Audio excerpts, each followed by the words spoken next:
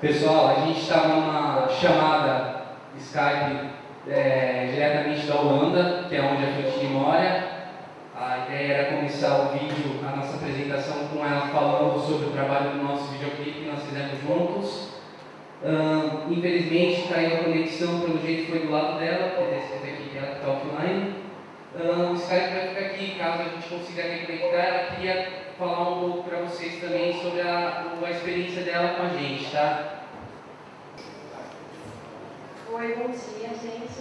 Eu sou a Jéssica, vou falar um pouquinho para vocês de onde surgiu a ideia de fazer um documentário.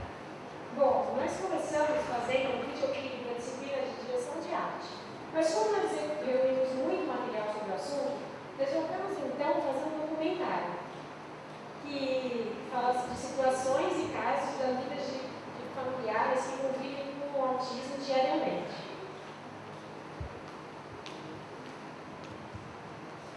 Bom, a primeira coisa, a música, ela se uniu à causa autista a partir do momento que um grupo de pais de crianças autistas na internet entraram em contato com a Fantine e pediram para usar a música.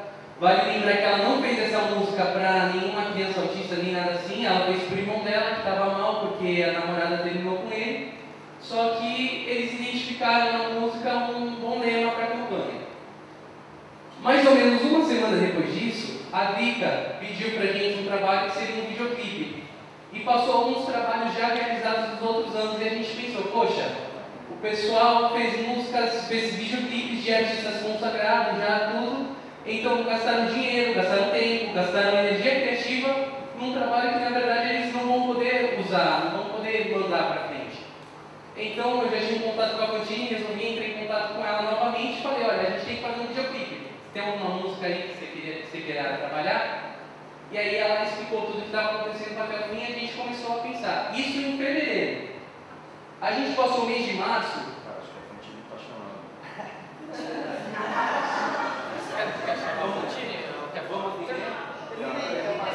Eu vou concluir aqui e a gente atende, tá? Acontece.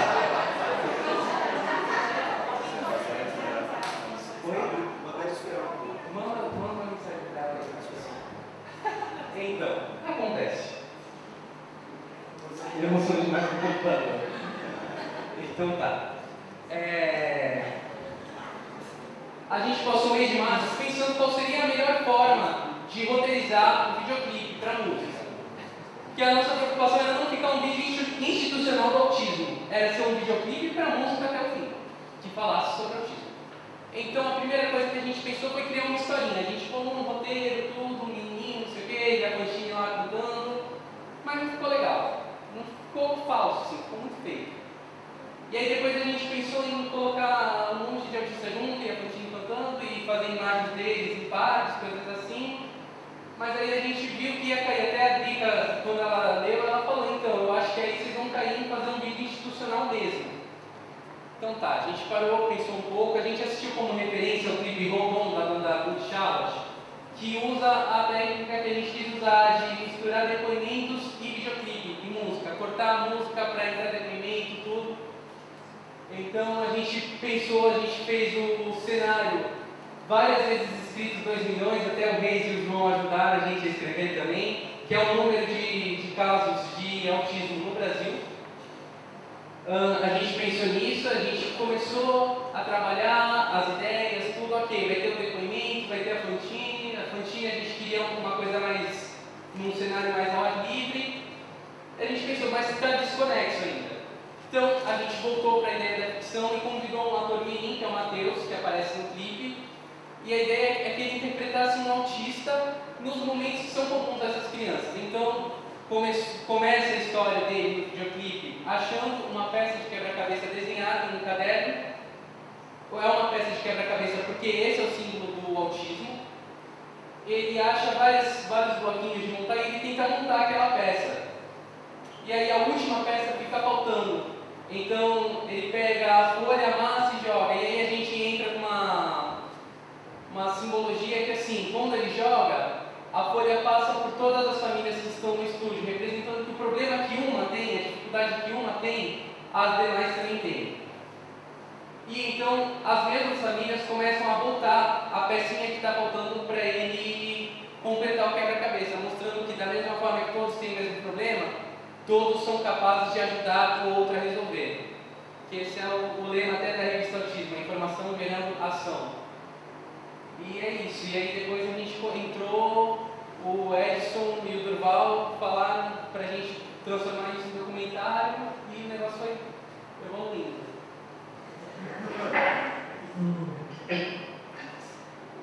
Sabendo que é toa.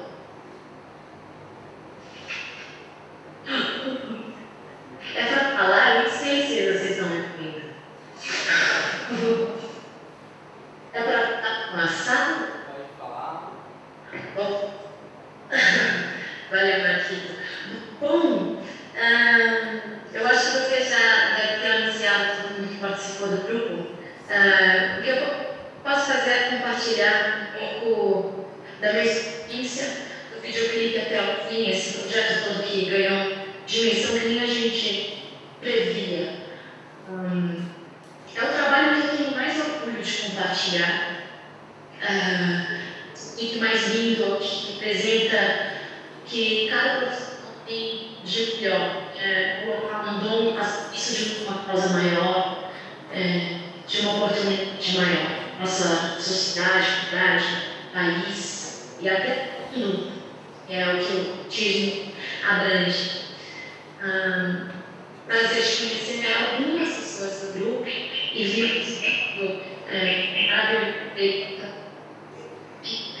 a direção do MAPI cheia de atividade, vontade. Eu torço muito para ter esse caminho conectado com calma também, a diferença. A Maia, que é toda uma super anfitriã de adulta, a casa é muito bom, tem equilibrada.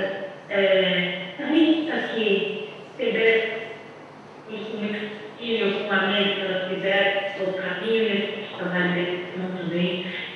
Eu fui muito de poder fazer parte desde vocês estão aí na sala, dando crescer. Desejo a vocês muito sucesso, feliz de fazer parte da melhor trabalho que é completar, que é ser essa transmissão cultura,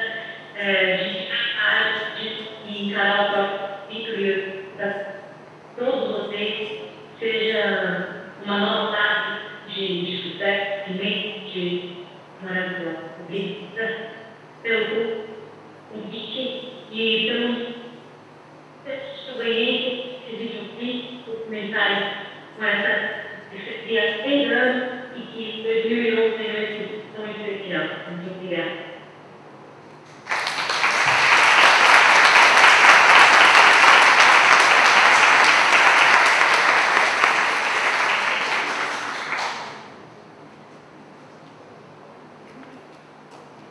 Bom, o videoclipe, o documentário começou a ser gravado no nosso estúdio da faculdade. Depois disso, a gente teve a ideia de mostrar com vídeos o processo de criação do videoclipe. E nós produzimos 5 vídeos, onde mostramos a confecção dos cenários e as gravações das entrevistas. Lançamos esses vídeos na internet com a intenção de criar uma expectativa para o nosso público-alvo.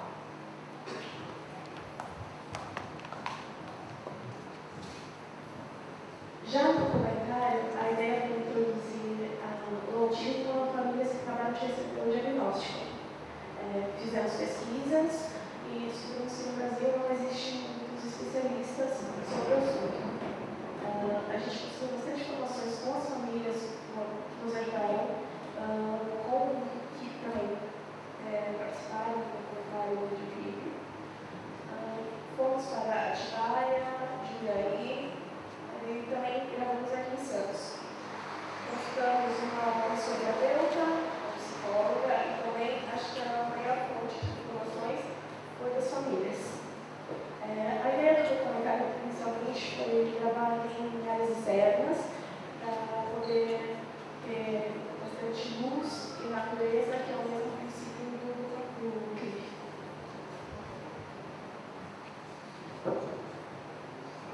Bom dia a todo mundo. Eu vou explicar para vocês o processo de edição e finalização.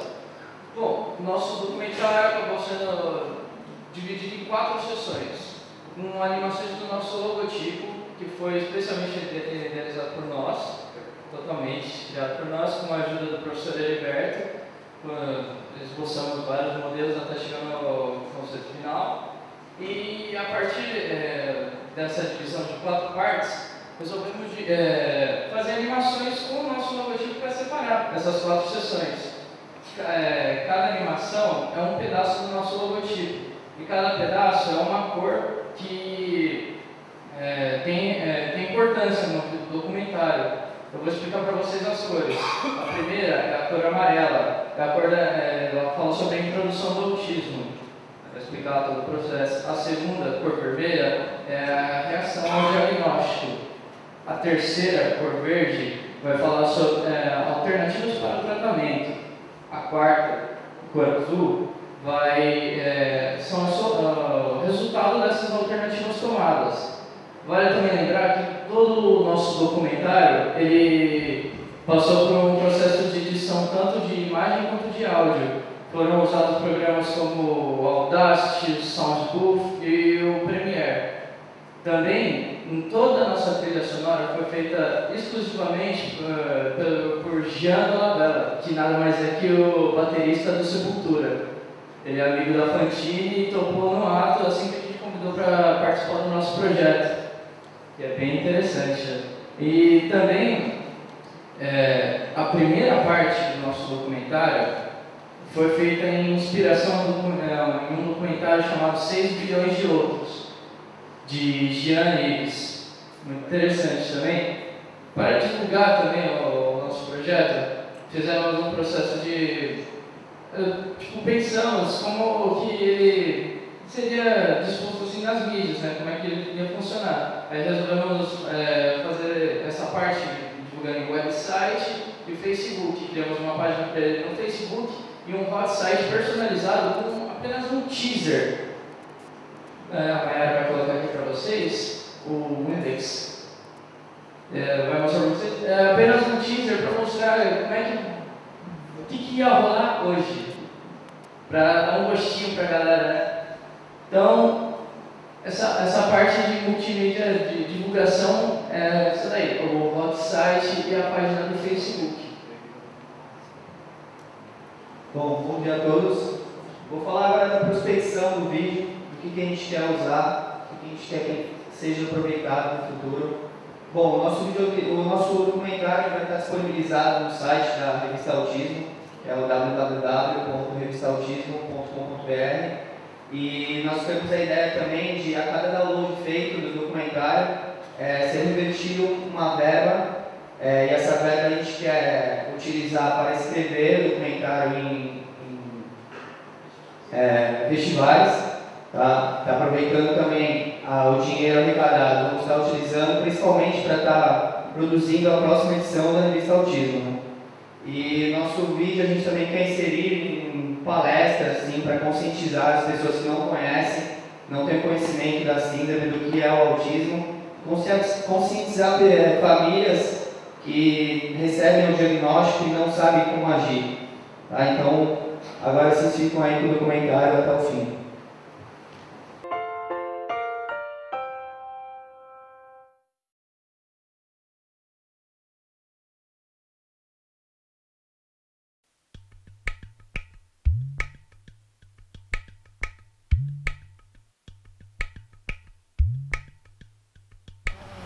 em geral, são crianças que têm atraso no desenvolvimento em 3 grandes áreas, que é comunicação, sociabilidade e no comportamento.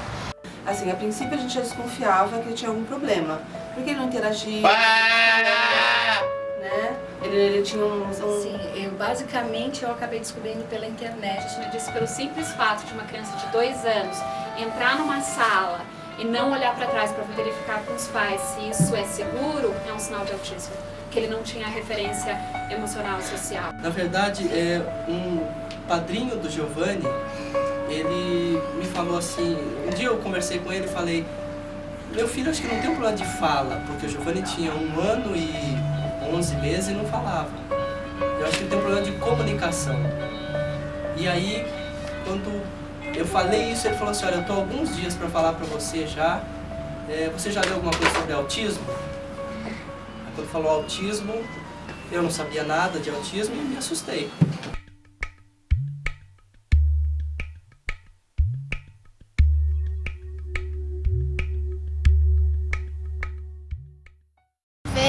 Falou em autismo foi em 1943, foi um psiquiatra austríaco, Leo Kanner, e ele achava que essa era uma condição muito rara, ele falava em 3 a 4 casos para 10 mil. O último dado de prevalência que a gente tem atualmente fala em 1 caso a cada 110 crianças nascidas vivas.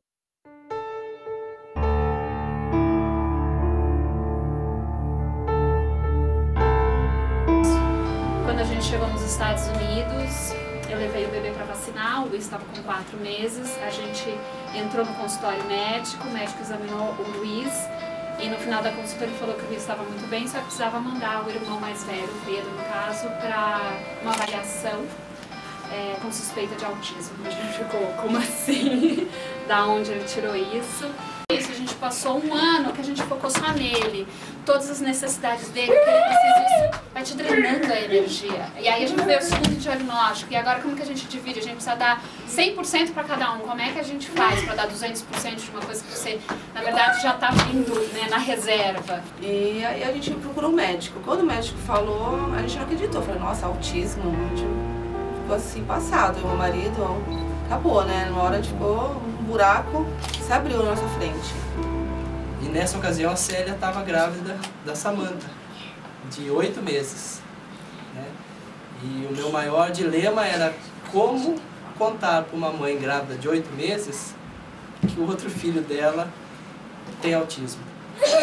Esse foi um desafio grande, né? Além do desafio para mim mesmo, né? Para aceitar e entender o que estava acontecendo naquele momento. Eu não tive essa fase do luto, nem a família, acho que todos se aliviaram.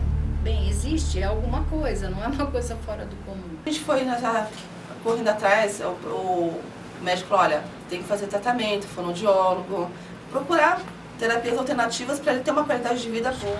A gente costuma dizer que o autista da época do Kanner era um autista muito comprometido, que não falava, que balançava, que não estabelecia contato. Então era um quadro que era muito nítido o comprometimento.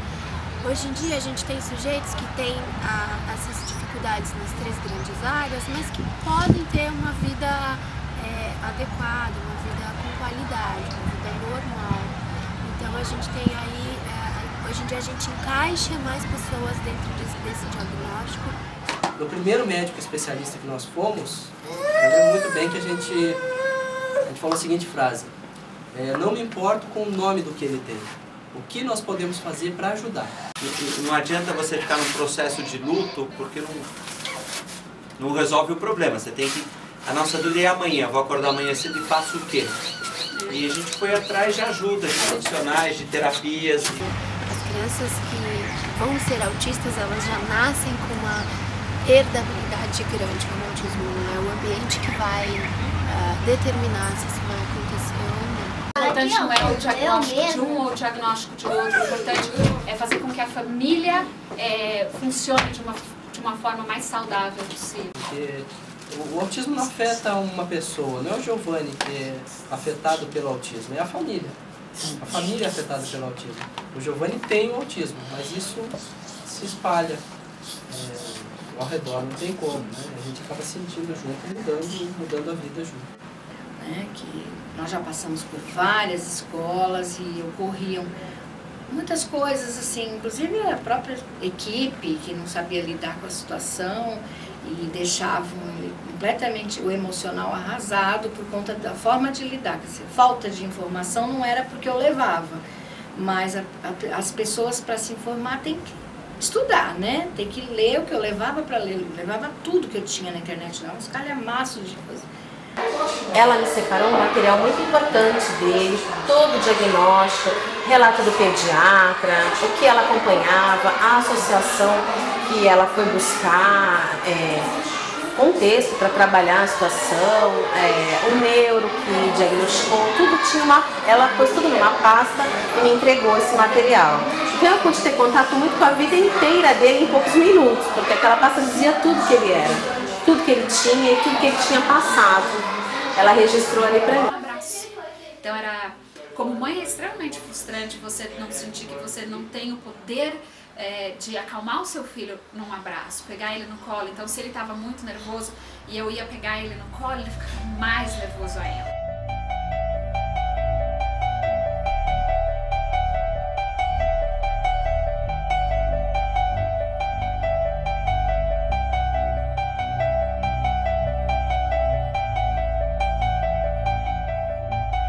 Ele faz fonoaudiólogo, também de fonoaudiologia e musicoterapia.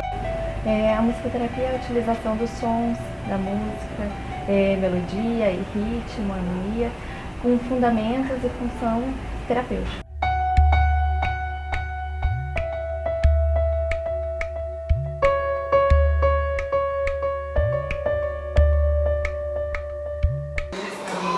Eu disse para a mãe, não sei se a escola está preparada para atender o seu filho no sentido de conhecimento da síndrome, mas como ser humano ele vai ser muito bem aceito, e a escola vai fazer de tudo para que ele se sinta não diferenciado.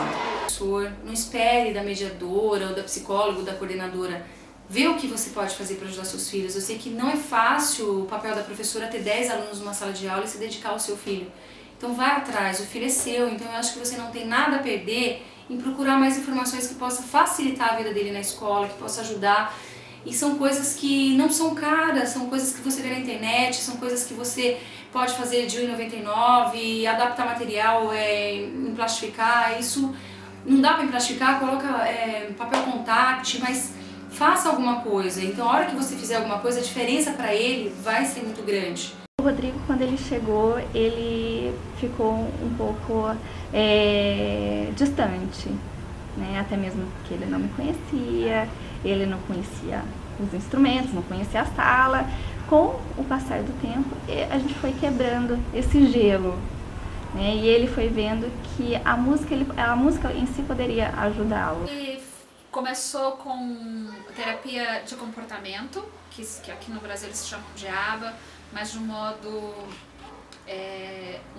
muito natural, de um modo muito funcional para os meninos, muito que fizesse sentido realmente o porquê que eles estão aprendendo aquilo. Eu tinha medo de comprar a cama elástica da molecada cair no chão. É muito bacana, acho que ajuda os meninos a cansarem, a se reorganizarem. E serve para qualquer criança, né? É um brinquedo gostoso de ter. Primeiro, o Pedro, principalmente, tem necessidade de gastar energia, ele vem para a cama elástica, pula 40 minutos, que é um montão para uma cama elástica, e realmente depois ele fica mais calmo. É um brinquedo gostoso e tem um pouco de fases, né? Tem momentos que a gente usa mais do que outros, mas a gente usa bastante.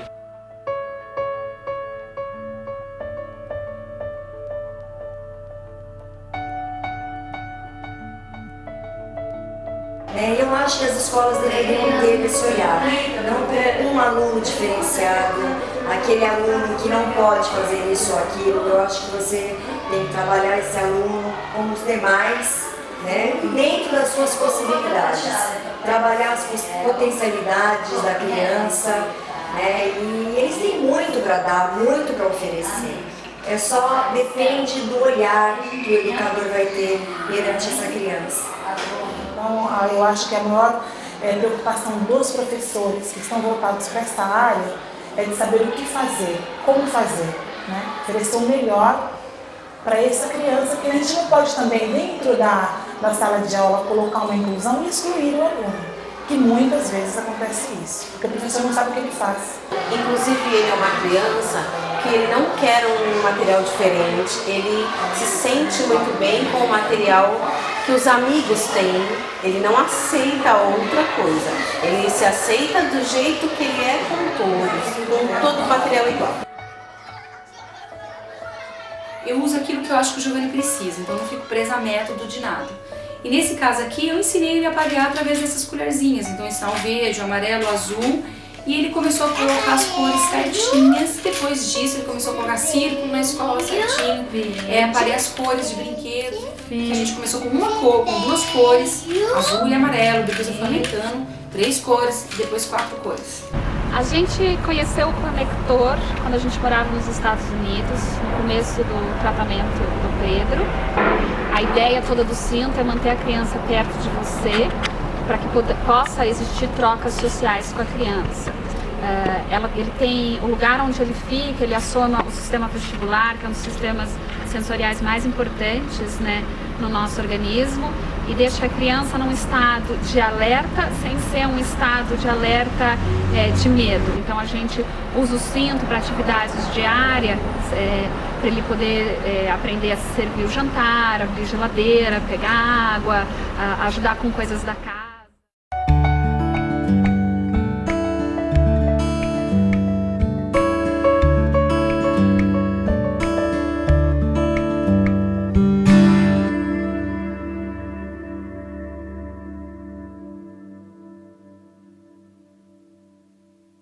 A parte de interação melhorou muito, de uns 3 anos para cá, quando ele entrou nessa escola regular. Eu costumo muito falar para as minhas famílias que elas não podem esquecer dos outros filhos, do marido, das atividades de lazer que eles gostavam de fazer antes do diagnóstico, né, para não viver só em função dessa doença que está chegando. Hoje, ele, né, depois ele está comigo há mais ou menos um ano e pouquinho. Nesse 1 ano, ele se desenvolveu muito musicalmente. Ele toca teclado comigo, ele mantém um ritmo, ele mantém uma coordenação motora bem melhor que eu. Então, o Giovanni, ele melhorou muito com a adaptação de material, porque eu acho que foi a chave de tudo, né? Ele terminava a atividade primeiro que todo mundo, porque ele tinha o auxílio da mediadora, né? Então agora não, ele pode fazer essa atividade mais tempo, então ele não fica sem fazer nada na escola, então ele fica ocupado a maior parte do tempo. Ansioso, irritado, né? Ele consegue ficar preso ali várias vezes fazendo a mesma atividade. O elo intangível, o sentimento da gente pertencer a alguém, né? A um grupo. Diante de toda a dificuldade, principalmente na comunicação, a música ela quebra barreiras. Então, quando ela se quebra barreiras, a gente conhece eles por inteiro. E isso é fascinante, ver que através da música eles conseguem se expressar. Ele sentou com 5 meses, ele engatinou aos 7, ele andou aos 11. A gente sabe o que eles precisam, o que eles estão sentindo, né? Acho que toda mãe é assim, né? Com o filho. Porque ele era uma criança que não comia nada, ele não aceitava alimento. O alimento para ele era um absurdo. E via a gente comendo, ele olhava para você como se você fosse um ET. E o meu maior dilema era como contar para uma mãe grávida de 8 meses que o outro filho dela tem autismo.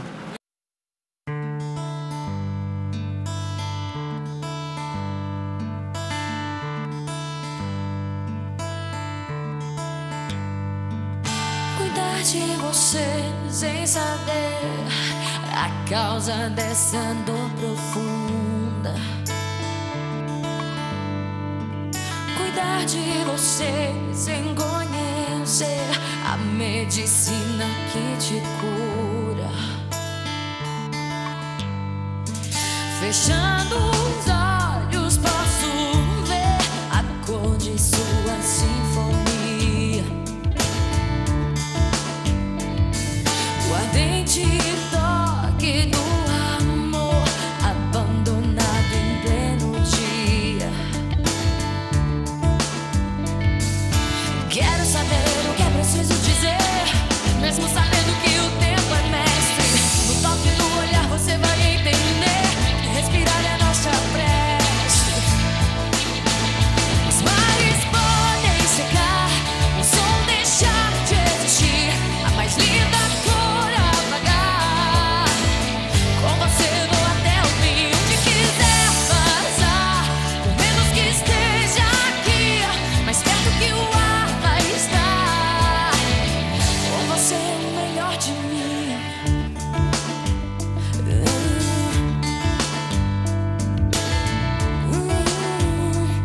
Ele apresentou a fala, ele falava, mas ele não apresentava a comunicação. Assim, depois que ele nasceu, parece que a gente esqueceu, deixou de lado as briguinhas bobas e se concentrou mais no probleminha dele, no tratamento dele, então acho que uniu mais ainda. Hoje definem como autista atípico, mas nós levamos... Ele tinha 8 anos e meio, quando a gente conseguiu um caminho, né? Chegar num caminho para trabalhar em cima disso. Agora eu vou ter que construir uma outra criança, lidar com outras coisas, né? O que eu posso fazer para ajudar essa criança? Com teus olhos, veja meu pensamento, refletindo a obra do seu ser. Sem palavras, vozes sábias dizem o que é viver. Os mares podem secar, o som deixar de existir, a mais linda cor apagar. Com você vou até o fim, onde quiser passar, por menos que esteja aqui, mais perto que o ar vai estar. Com você o melhor de mim, se eu pudesse meus passos te dar. O que amei, o que senti, o que já vi, entregaria meus dias pro sol, pra te ver sorrir.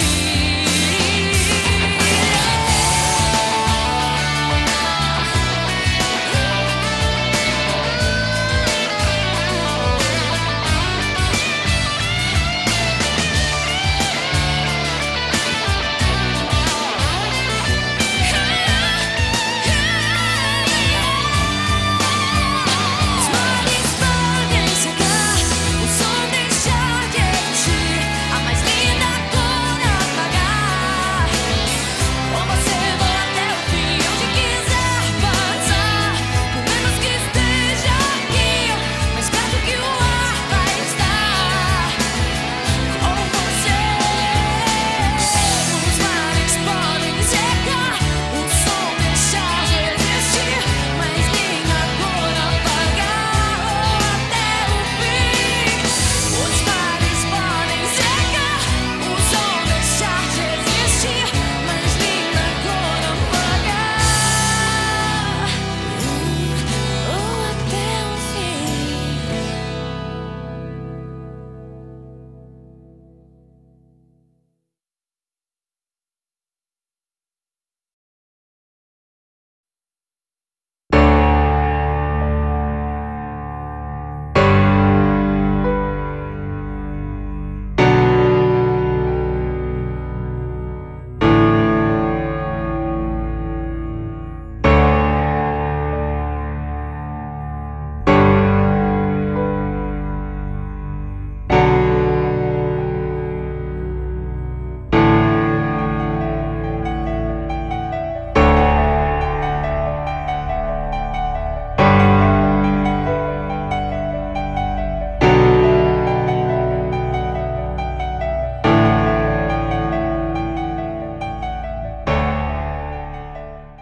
Só para encerrar, eu gostaria de falar que, assim, esse trabalho, esse videoclipe, no primeiro momento, que é o que a gente tem pronto desde maio desse ano, ele rendeu coisas muito boas para todos nós, até mesmo em questão de momentos,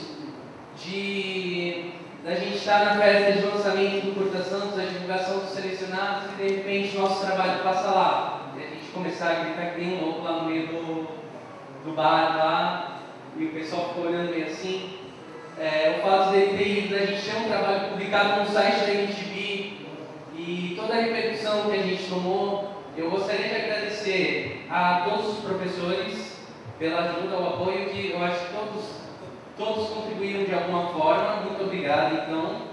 É um prazer estar concluindo o curso. Queria agradecer às famílias que participaram. Sem vocês, esse trabalho não seria possível. Hoje a Ana, o esposo dela, a Mari e o esposo dela também estão aqui para representar as famílias que participarem. Sem vocês, esse trabalho não seria possível, porque é difícil a gente achar pessoas que queiram falar sobre o autismo. expor a sua vida, expor seus filhos num vídeo. E sempre que é uma causa maior, a gente tem que ter tanto trabalho para achar essas famílias, sendo que a gente está fazendo isso por uma causa maior, querendo compartilhar uma mensagem, querendo compartilhar uma forma de ajudar outras pessoas que venham a descobrir que seus filhos têm autismo. Para encerrar, agradecer aos nossos familiares, aos nossos amigos que aturaram ao longo do nosso mau humor, as nossas ausências. E é isso, muito obrigado a todos. Transformar o projeto de vocês num documentário. Houve dois momentos. E por quê, né? Por quê? O primeiro momento foi quando a gente ainda estava em processo. Eu acho que quando a Marie saiu do estúdio, quando a gente terminou a primeira gravação que foi com a família da Marie no estúdio, a gente já imaginou, a gente vai ter conteúdo pra caramba, e não dá pra fazer um videoclipe de 2 horas, dentro de 17 minutos, né? A música só tem 4. Então a gente começou a pensar em fazer um documentário mostrando o making of do clipe, a fim de informar mais sobre o autismo.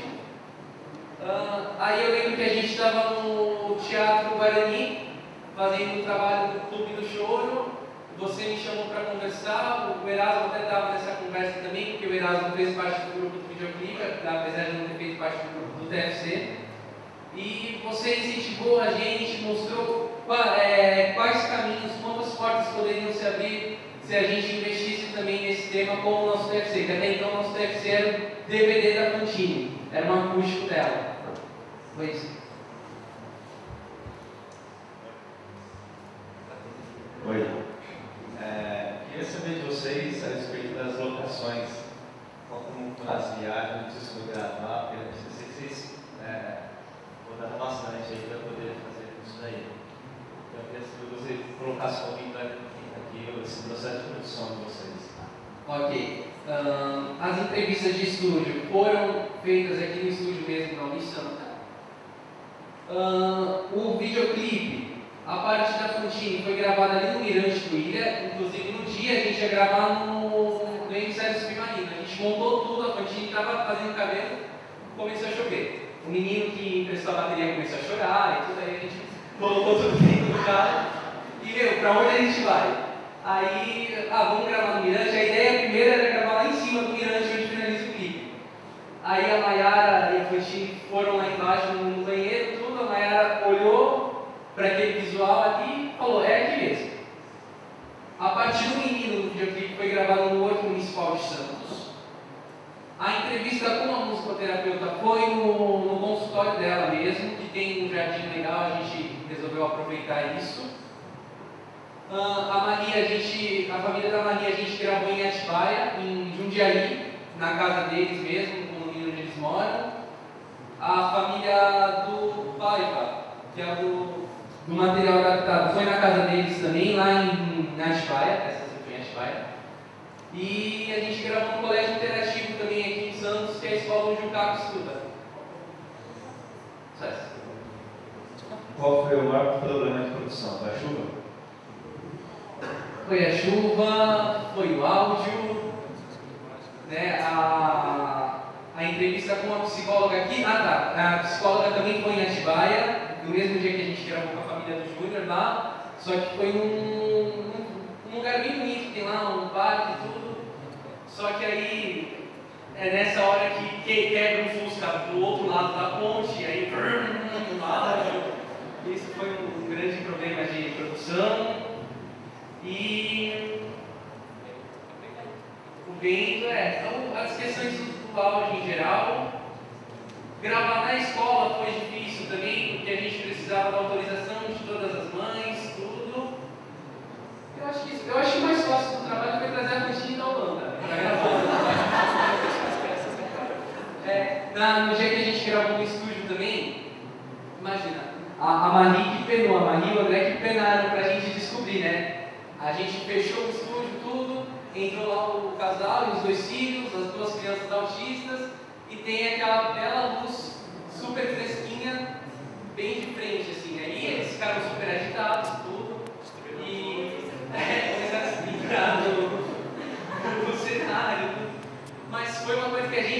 pensou, a gente deveria ter adotado uma proposta de fotografia em luz fria para interferir o menos possível nas crianças. Foi isso. Continuando aqui só a respeito do áudio, não interfere em nada no seu trabalho, mas só porque tem uma explicação técnica para isso, que eu perguntei para o Duval aqui, porque em alguns momentos a gente tinha aquele problema do áudio, principalmente na parte externa. Seria legal se você pudesse explicar também o que aconteceu nesse trabalho final, só na parte do áudio. Era muito vento, principalmente da Sabrina, da psicóloga, era muito vento. Então a gente teve que escolher entre deixar o vento que estava estourando o áudio e aí ficava, a gente não conseguia equalizar de uma forma que desse para ouvir o que ela estava falando, ou usar o filtro do som de bafo. Isso.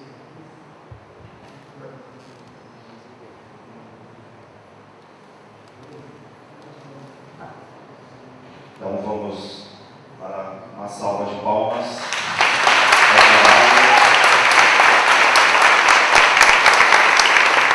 Realmente é um trabalho que, assim, eu, por exemplo, e os professores que estavam na pré-banca, né, a gente já tinha visto esse videoclipe. Eu até vou começar por aí, porque eu tive também um pouquinho de conversa com o Duval no momento que vocês estavam no processo de elaboração do documentário, e eu vi na pré-banca o videoclipe.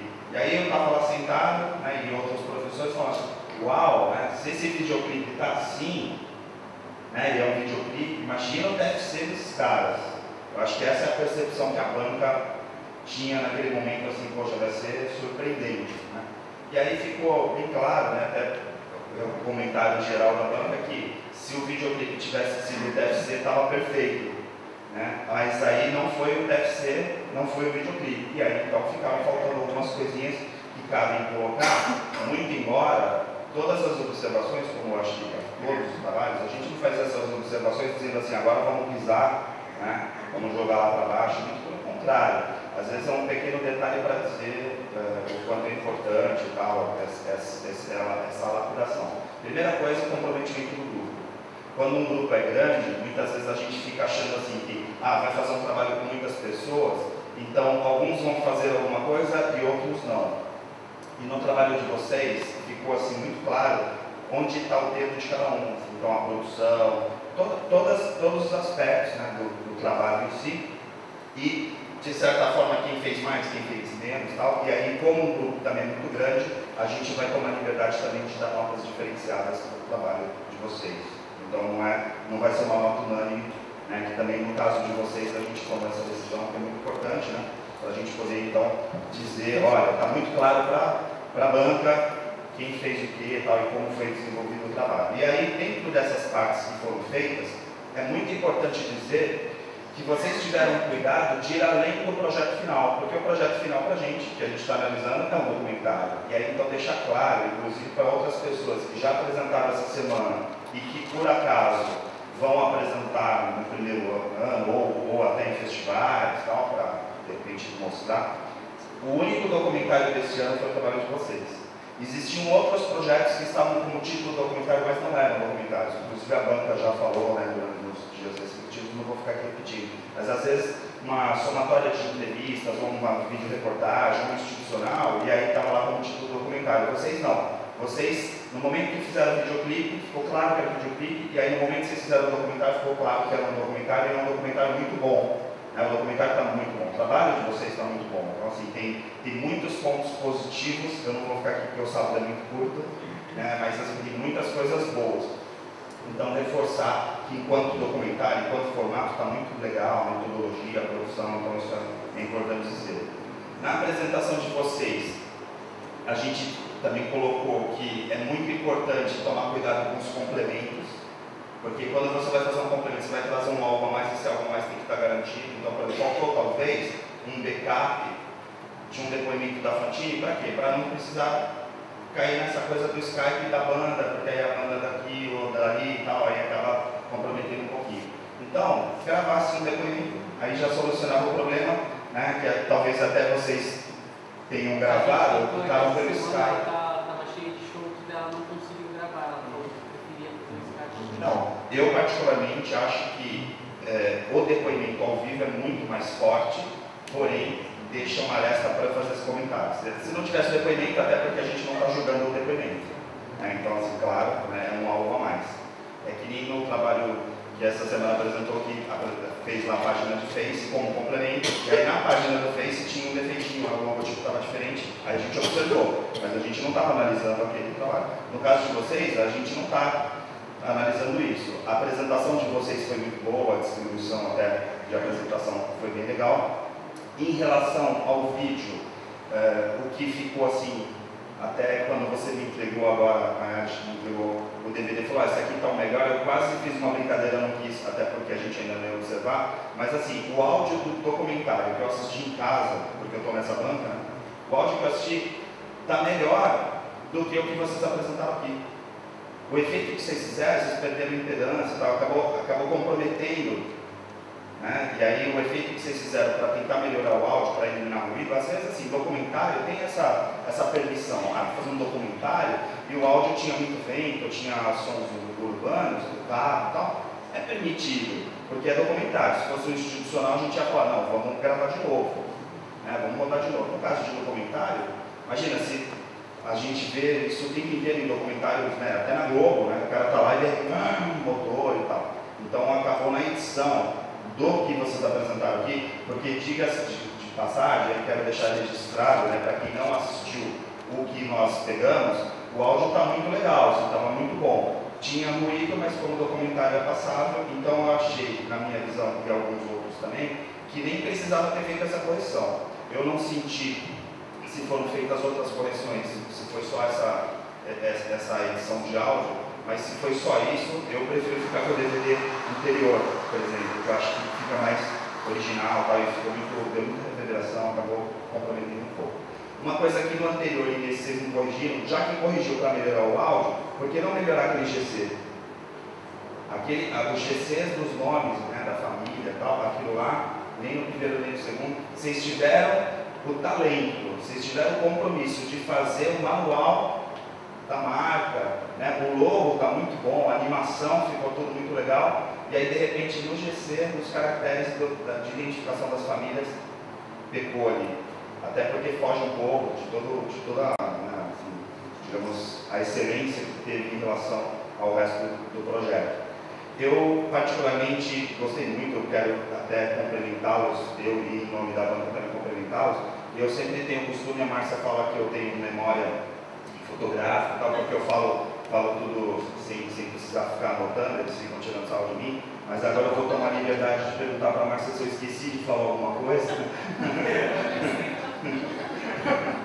Porque para mim parece que foram as principais observações. A direção foi uma coisa que a banca não falou, mas eu coloquei no meu relatório final. A direção está muito boa, muito boa. Parabéns pelo documentário, parabéns mais ainda pelo videoclipe, porque eu, quando assisti o videoclipe, o sobrinho também confessou que ele se emocionou. Eu, quando assisti o documentário, eu tinha assistido o clipe no dia lá da banca, que já tinha ficado muito legal. Aí, quando eu vi aquela ideia de passar os elementos no final para trazer, que é incorporar o videoclipe no documentário, que é uma coisa que o Durval tinha me comentado, eu quero ver como eles vão solucionar isso. E vocês solucionaram muito bem. Tanto é que a banca colocou que podia até ter vindo um pouco antes do clipe. Ficou meio no final, né? Isso eu tinha esquecido de falar. O videoclipe ficou mais pro finalzinho, né, do documentário. Podia ter trazido até antes, né? Foi feito uma interferência. Mas da forma que ficou, independente de ser antes, depois ficou muito boa. Essa coisa do papel voando, tal, ficou muito emocionante. E eu tenho que confessar para vocês, o Edson e alguns outros professores que assistiram, eu me emocionei com o documentário de vocês. E para isso acontecer é difícil. Então, parabéns e sucesso para vocês.